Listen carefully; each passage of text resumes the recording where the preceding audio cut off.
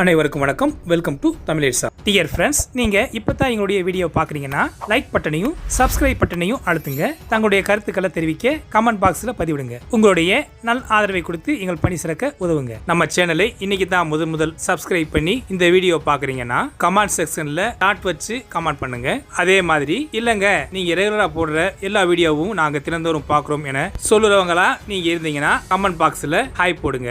நீங்க கமெண்ட் செக்ஷன்ல போய் போடுற ஒவ்வொரு கமெண்ட்டும் ஆதரவாக இருந்து ரெகுலரா நாங்க சிறப்பாக வீடியோ போட உத்வேகமாக இருக்கும். வாங்க வீடியோக்குள்ள போகலாம். இஸ்ரேல் ஏரோஸ்பேஸ் இண்டஸ்ட்ரி இந்தியாவில் தனது உற்பத்தி தளங்களை நிறுவி இந்தியாவுடன் இணைந்து தனது டீசர் ஏவுகணை அமைப்பை உருவாக்கும் திறனுடைய உலகளாவிய உற்பத்தியாளரை தேடி வருகிறது. தற்சமயம் இஸ்ரேல் காசா மற்றும் லெபனான் மீது கவனம் செலுத்தி வருவதால இஸ்ரேல் ஏரோஸ்பேஸ் இண்டஸ்ட்ரீஸ் IAI ஒரு புதுமையான ஏவுகணையை அறிமுகம் செய்து அதற்கு டீசர் என்று பெயரிட்டிருக்கிறது. இந்த டீசர் வழக்கமான வழிகாட்டப்பட்ட ஏவுகணை போலல்லாமல் குறைந்த விலையில் 5 பவுண்டுக்கும் குறைவான எடையுடன் ஒரு படை வீரர் தனது தோளில் சுமந்து சென்று வரிசைப்படுத்த டீசர் automatic command to line of sight ACLOS வழிகாட்டுதலை பயன்படுத்தி 2.5 கிலோமீட்டர் தொலைவில் உள்ள எதிரியின் இலக்கை துல்லியமாக தாக்குதல் நடத்த டீசர் சைட் எனப்படும் வெளிப்புற பார்வையை பயன்படுத்தி ஆபரேட்டரால இயக்கப்படும் வகையில இது குளோபல் நேவிகேஷன் சேட்டலைட் சிஸ்டத்தை சார்ந்து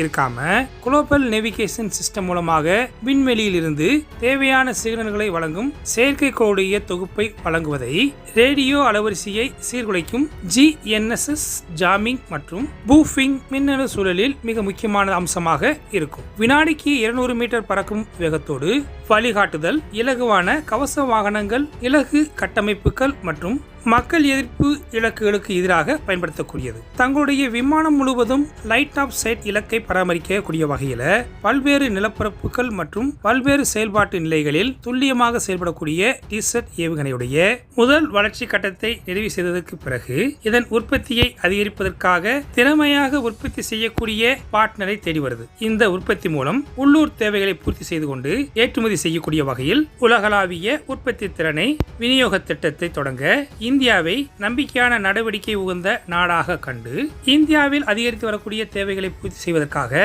இஸ்ரேல் தன்னுடைய நாட்டுக்கு வெளியே தளங்களை நிறுவி இஸ்ரேல் ஏரோஸ்பேஸ் இண்டஸ்ட்ரீஸ் உற்பத்தியை விரிவுபடுத்துவதற்கான ஒரு பங்காளியாக இந்தியா மீது ஆர்வம் கொண்டு இஸ்ரேல் ஏரோஸ்பேஸ் இண்டஸ்ட்ரீஸ் உட்பட பல இஸ்ரேலிய பாதுகாப்பு நிறுவனங்கள் தங்களுடைய உற்பத்தி செயல்முறையின் சில பகுதிகளை இந்தியாவுக்கு மாற்றுவதற்காக பரிசீலனை செய்து வருகின்றனர். அப்படி இந்தியாவில் நிறுவப்பட்ட தொழில்துறை தளம் மற்றும் சமீபத்திய வெளிநாட்டு பாதுகாப்பு உற்பத்தியினை ஈர்ப்பதற்கான முயற்சிகளுடன் இந்த இந்திய இஸ்ரேலிய பரஸ்பர கூட்டாண்மை நன்மைகளை தரும். உலகில் மிகப்பெரிய ஆயுத இறக்குமதி நாடுகளில் ஒன்றான இந்தியா சாதகமான கொள்கைகள் மற்றும் திறமையான பணியாளர்களுடன் இருப்பதால இந்தியா தனது பாதுகாப்பு தொழில்நுட்பத்தை தொடர்ந்து மேம்படுத்தி வருகிறதால இந்த டீசர் போன்ற உயர் தொழில்நுட்ப அமைப்பில் இஸ்ரேல் ஏரோஸ்பேஸ் இண்டஸ்ட்ரீஸ் விரிவான உற்பத்தி திறனை வழங்கும். அதே வேளையில பாதுகாப்பு உற்பத்தியில் இந்தியா சுயசார்பு இலக்குகளுக்கு பங்களிக்கும் என்று இஸ்ரேலிய ஏரோஸ்பேஸ் அதிகாரிகள் கூறியிருக்கிறாங்க. டியர் ஃப்ரெண்ட்ஸ், DRDO மீண்டும் விரைவில் கடலில் இருந்து அதிசக்தி கொண்ட ரகசிய ஏவுகணை சோதனையை நடத்த இருக்கிறாங்க. இந்தியா ஏற்கனவே நவம்பர் 16 சனிக்கிழமை இரவில் வெற்றிகரமாக சோதித்த ஹைபர்சோனிக் ஏவுகணை மணிக்கு 11,113 கிலோமீட்டர் வேகத்தில் பறந்து 1,500 கிலோமீட்டர் தொலைவுக்கு மேலாக பாய்ந்து செல்லும் திறனை உடையதாக இந்தியா நிரூபித்திருப்பதால உலகின் 10 ஹைபர்சோனிக் ஏவுகணைகளில் இந்தியாவின் ஏவுகணையும் இணைஞ்சிருக்குது. ரஷ்யா உக்ரைன் மீது கவனம் செலுத்தி வருவதால புரோமோஸ்டோ மேம்பாட்டில் இந்தியா சுயமாக ஈடுபடும் முயற்சியில இந்த சோதனையை நடத்தியது. இந்த சோதனை நடந்த சில நாட்களிலேயே, அதாவது 2024 நவம்பர் 27 முதல் 30 வரை 4 நாட்களுக்கு DRDO மீண்டும் ஏவுகணை சோதனை நடத்த திட்டமிட்டிருக்காங்க. இந்தியாவின் ராக்கெட் படையை அதிக சக்தி கொண்டதாக உருவாக்கக்கூடிய நோக்கத்தில் DRDO விசாகப்பட்டினத்தில் கடற்படை தளம் அமைந்திருப்பதற்கு அருகில் வங்காள விரிகுடாவில் புதிய ஏவுகணை சோதனை நடத்த இருக்கிறாங்க. அதற்காக நவம்பர் 27 முதல் 30 தேதி வரை 1,730 கிலோமீட்டர் அளவுக்கு 4 நாட்களுக்கு எந்த விதமான கப்பல்களும் மேலே எந்த விதமான விமானங்களும் பறக்க தடை என்ற நோட்டத்தை அறிவித்திருக்கிறது. இந்த ஏவுகணை சோதனையில என்ன வகை ஏவுகணை சோதனை செய்யப்படும் என்ற விவரம் வெளியிடப்படவில்லை.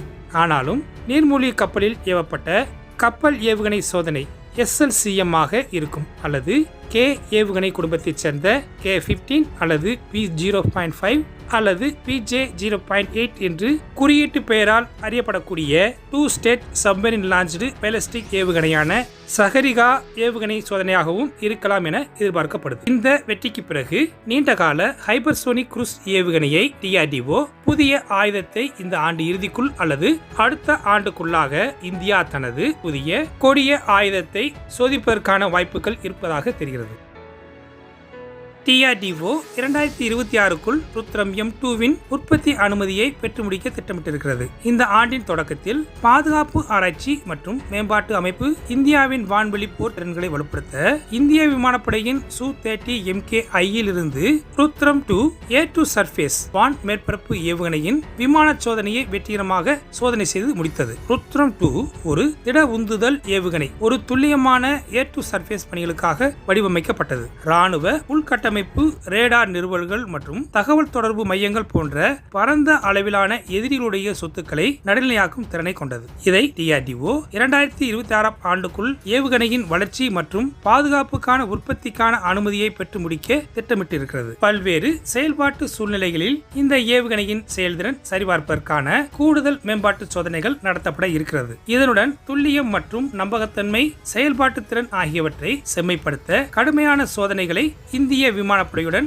கருத்துக்களையும் பரிமாறி இந்தியாவின் முன்னணி போர் விமானங்களுடன் ஒருங்கிணைப்பது பற்றிய உறுதியை பெற்றவுடன் நமது இந்திய விமானப்படையின் துல்லியமான தாக்குதல் திறன் அதிகரித்து ஏவுதலின் போது ஏற்படக்கூடிய ஆபத்துக்களை குறைத்து எதிரியின் எல்லைக்குள் ஆழமாக ஊடுருவி உயர் மதிப்புமிக்க நவீனமான எதிரியின் ஆயுதங்களை நடுநிலையாக்கும் திறனை கொண்டதாக இருக்கும்.